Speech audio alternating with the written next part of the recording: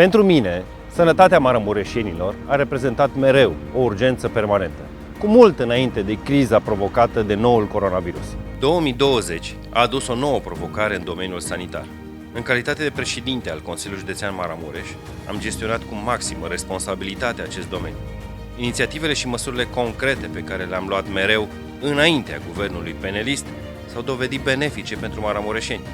În timp ce guvernul Orban era preocupat doar să organizeze alegeri, noi am mărit substanțial fondurile alocate spitalelor maramureșene. Am alocat bani pentru echipamente de protecție pentru medici. Am asigurat fonduri pentru achiziționarea 4 aparate real-time PCR la spitalele din Maramureș.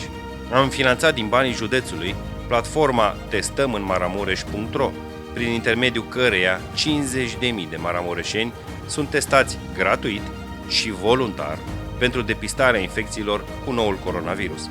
Recent, am propus partidelor parlamentare din județ un pact pentru sănătatea maramureșenilor și invit toți reprezentanții partidelor politice să ne unim pentru sănătatea fiecăruia dintre noi. Pentru că nu pot asista pasiv la haosul actual, generat de incompetența PNL, am decis să candidez pentru un loc în Parlamentul României în numele Partidului Social Democrat.